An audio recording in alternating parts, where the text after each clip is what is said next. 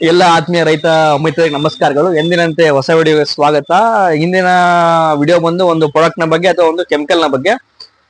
ಇದು ಸಾವಯವ ರೀತಿಯಲ್ಲಿ ಯಾರು ಕೃಷಿನ ಮಾಡ್ತಾ ಇದ್ರು ಅವ್ರಿಗೆ, ಜೊತೆಗೆ ಅಸಾವಯವ ಯಾರು ಮಾಡ್ತಿದ್ರು ಆರ್ಗ್ಯಾನಿಕ್ ಅಲ್ಲಿ ಅಥವಾ ರಾಸಾಯನಿಕ ಯಾರು ಮಾಡ್ತಿದ್ರು ಅವ್ರಿಗೂ ಕೂಡ ಈ ಒಂದು ವಿಡಿಯೋ ಹೆಲ್ಪ್ ಆಗುತ್ತೆ. ಅದಕ್ಕಿಂತ ಮುಂಚೆ ನಮ್ಮ ಚಾನಲ್ ಸಬ್ಸ್ಕ್ರೈಬ್ ಮಾಡಲ್ಲ, ಅವ್ರು ಸಬ್ಸ್ಕ್ರೈಬ್ ಮಾಡ್ರಿ. ಇನ್ನು ಇದೇ ರೀತಿ ಹಲವಾರು ವಿಷಯಗಳು ನಿಮ್ಗೆ ನಾವು ತಲುಪಿಸ್ತೀವಿ. ಜೊತೆಗೆ ನೀವು ಅದನ್ನ ಕೃಷಿಯಲ್ಲಿ ಬಳಸಿ ಒಳ್ಳೆಯ ಆದಾಯ ಅಥವಾ ನಿಮ್ಮ ಬೆಳೆನ ಸಂರಕ್ಷಣೆ ಮಾಡ್ಕೋಬಹುದು. ಮೊದಲನೇದಾಗಿ ಇವತ್ತಿನ ಪ್ರಾಡಕ್ಟ್ ಅಥವಾ ಒಂದು ಕೆಮಿಕಲ್ ಬಂದು ಪಾಲಿಆಕ್ಸಿನ್ ಡಿ ಜಿಂಕ್ ಸಾಲ್ಟ್ ಅಂತ. ಇದು ಭಾರತದ ಮೊದಲ ಜೀವ ರಾಸಾಯನಿಕ ಶಿಲೀಂಧ್ರನಾಶಕ. ಈ ಒಂದು ಕೆಮಿಕಲ್ ಯಾವ ಕಂಪನಿಯಲ್ಲಿ ಯಾವ ಪ್ರಾಡಕ್ಟ್ ನಲ್ಲಿ ಲಭ್ಯವಿದೆ ಅಂತ ಬಂದ್ರೆ ಪೈಲಿನ್ ಅಂತ ಬರುತ್ತೆ. ಪ್ರಾಡಕ್ಟ್ ಹೆಸರು ಪೈಲಿನ್ ಅಂತ. ಈ ಒಂದು ಜೀವ ರಾಸಾಯನಿಕ ಶಿಲೀಂಧ್ರನಾಶಕದ ವಿಶೇಷತೆ ಏನಪ್ಪಾ ಅಂದ್ರೆ, ಇದನ್ನ ಉಪಯೋಗಿಸಿದ ಮೇಲೆ ನಾವು ಯಾವುದೇ ಒಂದು ತರಕಾರಿ ಅಥವಾ ಬೆಳೆದು ಅದರಲ್ಲಿ ರಾಸಾಯನಿಕ ಮುಕ್ತವಾಗಿ ಬೆಳೆನ ಬೆಳೆದು ತಿನ್ಬಹುದು, ಜೊತೆಗೆ ಮಾರ್ಕೆಟಿಗೆ ಕಳಿಸಬಹುದು.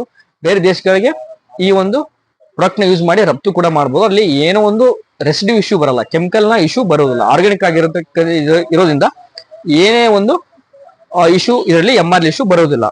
ಅದಾದ್ಮೇಲೆ ಇದನ್ನ ಯಾವ ರೀತಿ ಅದನ್ನ ತಯಾರಿಸ್ತಾರೆ ಅಂತಂದ್ರೆ, ಇದನ್ನ ಅವರು produced by controlled fermentation of soil borne bacteria.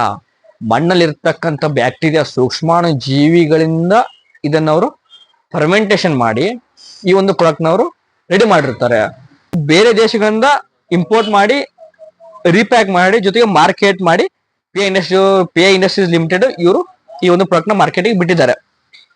ಅದಾದ್ಮೇಲೆ ಈ ಒಂದು ಪಾಲಿಆಕ್ಸಿನ್ ಡಿ ಜಿಂಕ್ ಸಾಲ್ಟ್ ಬಂದು ಫ್ರಾಕ್ ಗ್ರೂಪ್ ನ ಪ್ರಕಾರ 19ನೇ ಗುಂಪಿಗೆ ಸೇರ್ತಕ್ಕಂಥ ಒನ್ ಅಂಡ್ ಓನ್ಲಿ ಪ್ರಾಡಕ್ಟ್ ಇದು ಆಗಿರುತ್ತೆ.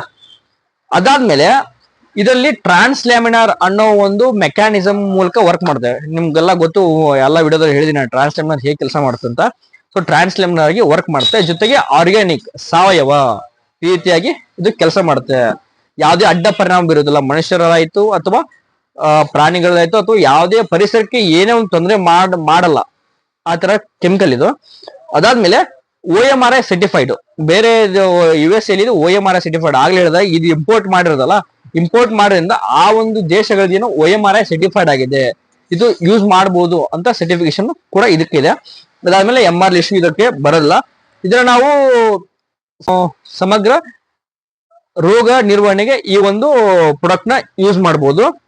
ಅದಾದ್ಮೇಲೆ ಬಂದು ಇದನ್ನ ಯಾವೆಲ್ಲ ಬೆಳೆಗೆ ಉಪಯೋಗಿಸ್ಬೇಕು, ಯಾವ ಒಂದು ಡೋಸೇಜ್ ಉಪಯೋಗಿಸ್ಬೇಕು, ಯಾವ ಒಂದು ಟೈಮ್ ಅಲ್ಲಿ ಉಪಯೋಗಿಸ್ಬೇಕು ಅನ್ನೋದು ಕೂಡ ಇದನ್ನ ಹೇಳ್ತೀನಿ.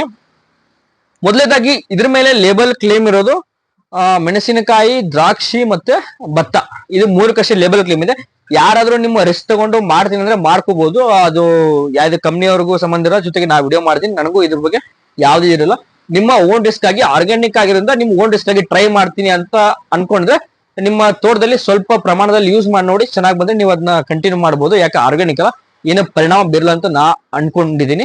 ಜೊತೆಗೆ ನಾನು ಒಂದು ಒಳ್ಳೆ ಮೂಲಗಳ ಮಾಹಿತಿನ ತಗೊಂಡು ರಿಸರ್ಚ್ ಮಾಡಿದಾಗ ಏನಾದೆ, ಇದು ಪಾಲಿಆಕ್ಸಿನ್ ಡಿ ಜಿಂಕ್ ಸಾಲ್ಟ್ ಬಂದು ಆರ್ಗ್ಯಾನಿಕ್ ಆಗಿರೋದ್ರಿಂದ ಇದನ್ನ ಆಲ್ಮೋಸ್ಟ್ ಎಲ್ಲಾ ತರ ಬೆಳೆಗೂ ಯೂಸ್ ಮಾಡಬಹುದು ಅಂತ ಇದೆ. ಬಟ್ ಕಂಪ್ನಿಯವ್ರು ಕೊಟ್ಟಿರೋ ಪ್ರಕಾರ ನಾವ್ ಏನ್ ಮಾಡಕ್ಕಾಗಲ್ಲ. ಅದ್ರ ಮೇಲೆ ಲೇಬಲ್ ಕ್ಲೇಮ್ ಎಷ್ಟಿದೆ ಅಷ್ಟು ನಾನು ಹೇಳ್ತಾ ಇದ್ದೀನಿ. ಹೆಚ್ಚಿನ ರಿಸ್ಕ್ ತಗೊಂಡು ನೀವು ಯೂಸ್ ಮಾಡಾಗಿದ್ರೆ ಯೂಸ್ ಮಾಡಬಹುದು. ಡೋಸೇಜ್ ಬಂದು ಮೆಣಸಿನಕಾಯಿಗೆ 400 ml 1 ಎಕರೆಗೆ ಯೂಸ್ ಮಾಡಬಹುದು. ಮತ್ತೆ ದ್ರಾಕ್ಷಿಯಲ್ಲಿ 240 ml 1 ಎಕರೆಗೆ, ಭತ್ತದಲ್ಲಿ 240 ml 1 ಎಕರೆಗೆ. ಜೊತೆಗೆ ಯಾವೆಲ್ಲ ರೋಗನ ಇದು ನಿರ್ವಹಣೆ ಮಾಡುತ್ತೆ, ಈಗ ಲೇಬಲ್ ಪ್ರಕಾರ ಯಾವೆಲ್ಲ ಒಂದು ರೋಗ ನಿರ್ವಹಣೆ ಮಾಡುತ್ತಪ್ಪ ಅಂದ್ರೆ, ಇದು ಬಂದು ದ್ರಾಕ್ಷಿಯಲ್ಲಿ ಬೂದಿ ರೋಗ. ಈ ಬೂದಿ ರೋಗ ದ್ರಾಕ್ಷಿಯಲ್ಲಿ ಪೌಡ್ರಿ ಮಿಲ್ಡ್ಯೂ ಬೂದಿ ರೋಗ ಯಾವಿಂದ ಬರುತ್ತಪ್ಪ ಅಂದ್ರೆ ಎರಿಸೋಫೇಟ್ ನೆಕ್ಯಾಟರ್ ಈ ಒಂದು ಆರ್ಗನಿಸಮ್ ಅಂತ ಈ ಒಂದು ಬೂದಿ ರೋಗ ಬರುತ್ತೆ. ಇದು ಯಾವ್ದಕ್ಕೆ ಯೂಸ್ ಮಾಡ್ಬೋದಪ್ಪ ಅಂದ್ರೆ, ಮತ್ತೆ ಇದಕ್ಕೆ ಯೂಸ್ ಮಾಡ್ಬೋದು. ಜೊತೆಗೆ ರೈಸ್ ಅಕ್ಕಿಯಲ್ಲಿ ಭತ್ತದಲ್ಲಿ ಶೀಟ್ ಬ್ಲೈಟ್ ಅಂತ ಬರುತ್ತೆ, ರೈಸಾಕ್ಟೋನೆ ಸೊಲಾನಿ ಆ ಒಂದು ಆರ್ಗನಿಸಮ್ ಅಂತ ಬರ್ತಕ್ಕಂಥ ರೋಗಕ್ಕೆ ಇದನ್ನ ಯೂಸ್ ಮಾಡ್ಬೋದು. ಅದಾದ್ಮೇಲೆ ಮೆಣಸಿನಕಾಯಲ್ಲಿ ಪೌಡ್ರಿ ಮಿಲ್ಡ್ಯೂ ಬೂದಿ ರೋಗ ಲೆಲ್ವಿಲುಯಾ ಟೌರಸಿಕಾ, ಅದಕ್ಕೆ ಇದನ್ನ ಯೂಸ್ ಮಾಡ್ಬೋದು. ಇದ್ರದ ಇಷ್ಟು ಯೂಸ್ ಮಾಡ್ತಾ ಹೇಳಿದೆ. ಆಮೇಲೆ ಯಾವ ಒಂದು ದಿನಗಳಲ್ಲಿ ನೀವು ಉಪಯೋಗಿಸ್ಬೇಕಪ್ಪ ಅಂದ್ರೆ, ನಾಟಿ ಮಾಡಿದ 50 ರಿಂದ 70 ದಿನಗಳಲ್ಲಿ ಬೂದಿ ರೋಗ ಆ ಒಂದು ಸಂದರ್ಭದಲ್ಲಿ ಕಾಣುತ್ತೆ. ಆ ಒಂದು ಸಮಯದಲ್ಲಿ ಇದನ್ನ ನಾವು ಯೂಸ್ ಮಾಡ್ಬೋದು. ಅದಾದ್ಮೇಲೆ ಇದನ್ನ ಯಾವ ತರ ಕೆಲಸ ಮಾಡುತ್ತೆ, ಶಿಲೀಂಧ್ರಗಳಲ್ಲಿ ಯಾವ ತರ ಇದು ಕೆಲಸ ಮಾಡುತ್ತೆ, ಅದ್ರ ಮೇಲೆ ಯಾವ ತರ ಪರಿಣಾಮ ಬೀರುತ್ತಪ್ಪ ಅಂದ್ರೆ ಕೈಟಿನ್ ಸಿಂಥಸಿಸ್ ಅಂತ ಏನಿರುತ್ತೆ ಅದ್ರ ಮುಖಾಂತರ ಇದು ಕೆಲಸ ಮಾಡುತ್ತೆ. ಕೈಟಿನ್ ಸಿಂಥಸಿಸ್ ಮೇಲೆ ವರ್ಕ್ ಮಾಡುತ್ತೆ. ಈಗ ಶಿಲೀಂಧ್ರ ಇರುತ್ತೆ, ಶಿಲೀಂಧ್ರ ಒಂದು ಬಾಡಿ ಅಂತ ಏನ್ ಕರಿತೀವಿ, ಅದು ದೇಹದ ಮೇಲೆ ಸೆಲ್ ವಾಲ್ ಅಂತ ಇರ್ತವೆ. ನಮ್ಮ ದೇಹದಲ್ಲಿ ಯಾವ ತರ ಸ್ಕಿನ್ ಇರುತ್ತೆ ಅದೇ ತರ ಅದರ ಒಂದು ಶಿಲೀಂಧ್ರದ ಇದ್ರ ಮೇಲೆ ಸೆಲ್ ವಾಲ್ ಅಂತ ಇರುತ್ತೆ. ಆ ಸೆಲ್ ವಾಲ್ ಏನ್ ಮಾಡುತ್ತೆ, ಆ ಸೆಲ್ ವಾಲ್ ಗಳ ಮೇಲೆ ಹೋಗಿ ಆ ಒಂದು ಗೋಡೆ ಸೆಲ್ ಅಂತ ಏನ್ ಕರಿತೀವಿ ಕಣಗಳ ಗೋಡೆ ಮೇಲೆ ಹೋಗಿ ಕೂತ್ಕೊಂಡು ಆ ಒಂದು ಶಿಲೀಂಧ್ರನಾಶಕವನ್ನ ಆ ಒಂದು ಬೆಳವಣಿಗೆ ಏನಾದ್ರು ಹತೋಟಿ ಮಾಡುತ್ತೆ, ಅಲ್ಲಿಗೆ ಸ್ಟಾಪ್ ಮಾಡ್ಬಿಡುತ್ತೆ. ಆ ಸ್ಟಾಪ್ ಮಾಡಿದಾಗ ಏನಾಗುತ್ತೆ, ಆ ಶಿಲೀಂಧ್ರ ನಿಮ್ಮ ಬೆಳೆಗಳ ಮೇಲೆ ಇನ್ನೂ ಬೆಳವಣಿಗೆ ಆಗಿ ಅದು ಆ ತನ್ನ ಬೆಳವಣಿಗೆಯನ್ನ ಕುಂಠಿತ ಮಾಡಿಕೊಂಡು ಅದು ಆ ಒಂದು ಶಿಲೀಂಧ್ರನಾಶಕ ಅಲ್ಲಿ ಸತ್ತು ಹೋಗ್ತದೆ. ಆ ಒಂದು ಮೆಕ್ಯಾನಿಸಮ್ ಮೇಲೆ ಇದು ಕೆಲಸ ಮಾಡುತ್ತೆ, ಕಾಲಿಯಾಕ್ಸಿನ್ ಡಿ ಜಿಂಕ್ ಸಾಲ್ಟ್. ಅದಾದ್ಮೇಲೆ ಇನ್ನೊಂದೇನಪ್ಪಾ ಅಂದ್ರೆ ಇದು ಪರಿಸರದ ಮೇಲೆ ಯಾವುದೇ ರೀತಿ ಪರಿಣಾಮ ಬೀರುವುದಿಲ್ಲ.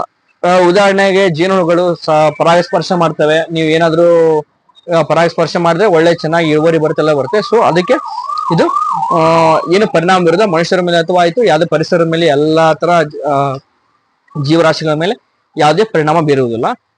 ಇನ್ನೊಂದೇನಪ್ಪಾ ಅಂದ್ರೆ ನೀವು ಯಾರೇ ರೈತರಿಗೆ ಒಂದು ಕ್ವಶನ್ಗಳು ಬರ್ತವೆ, ನಾವು ಇದನ್ನ ಬೇರೆ ಕೆಮಿಕಲ್ ಜೊತೆ ಮಿಕ್ಸ್ ಮಾಡಿ ಯೂಸ್ ಮಾಡಬಹುದಾ ಅಂತ.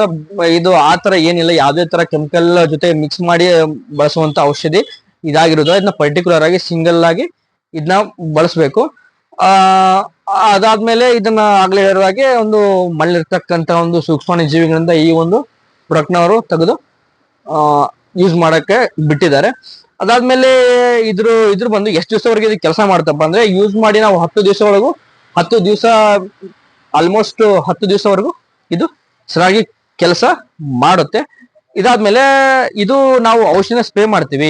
ಔಷಧಿ ಸ್ಪ್ರೇ ಮಾಡಿ ಎಷ್ಟು ದಿವಸವರೆಗೂ ಇದು MR ಇರುತ್ತೆ ಆ ಒಂದು ಬೆಳೆಗಳಲ್ಲಿ ಈ ಒಂದು ನಾವು ಸ್ಪ್ರೇ ಮಾಡತಕ್ಕ ಅಂತ ಔಷಧಿ ಆ ಒಂದು ಬೆಳೆಗಳನ್ನ ಚೆಕ್ ಮಾಡಿದಾಗ ಎಷ್ಟು ದಿನ ಆದ್ಮೇಲೆ ನಾವು ಬಳಸಬಹುದು ಅಥವಾ ಎಷ್ಟು ದಿನಗಳವರೆಗೆ ಆ ಒಂದು ಬೆಳೆಗಳಲ್ಲಿ ಇರುತ್ತಪ್ಪ ಅಂದ್ರೆ ನಾವು ಮೆಣಸಿನಕಾಯಲ್ಲಿ ಆಗಲೇ ರೆಕಮೆಂಡೇಶನ್ ಹೇಳಿದ ಪ್ರಕಾರ ನೀವನ್ನ ಬಳಸಿ ಚೆಕ್ ಮಾಡ್ಬೋದು. ಚೆಕ್ ಮಾಡಿದಾಗ ಅದು ನೀವು ಈ ಔಷಧಿನ ಬಳಸಿದೀರಾ ಅನ್ನೋದು ಕೂಡ ಗೊತ್ತಾಗಲ್ಲ, ಆತರ ಇದೆ. ಅದಾದ್ಮೇಲೆ ದ್ರಾಕ್ಷಿಯಲ್ಲಿ 35 ದಿನಗಳವರೆಗೆ ಆ ಒಂದು ದ್ರಾಕ್ಷಿಯಲ್ಲಿ ಇರುತ್ತೆ.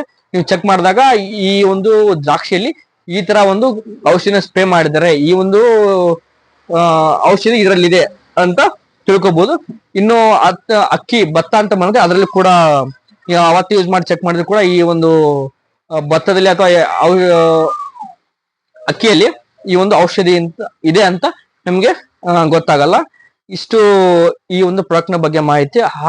ಇದು ಒಂದು ಒಳ್ಳೇದು ಅಂತ ಹೇಳ್ಬೋದು. ಯಾಕಪ್ಪ ಅಂದ್ರೆ ಇತ್ತೀಚಿನ ದಿನಗಳಲ್ಲಿ ಏನಾಗ್ತಿದೆ, ಬೇರೆ ಬೇರೆ ರಾಸಾಯನಿಕಗಳನ್ನೆಲ್ಲ ಬಳಸಿ ಜನರ ಆರೋಗ್ಯದ ಮೇಲೆ ಪ್ರಭಾವ ಬೀರ್ತಾ ಇದೆ, ಬೇರೆ ಬೇರೆ ಅಡ್ಡ ಪರಿಣಾಮಗಳಲ್ಲಿ ಬೀರ್ತಾ ಇದೆ. ಇಂಥ ಪ್ರಾಡಕ್ಟ್ ಬಂದು ನಮ್ಮ ಕೃಷಿಗೆ ಒಂದು ಒಳ್ಳೆ ಸಾಧನೆ ಅಂತ ಹೇಳ್ಬೋದು.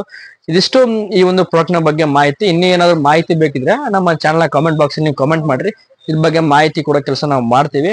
ಧನ್ಯವಾದಗಳು.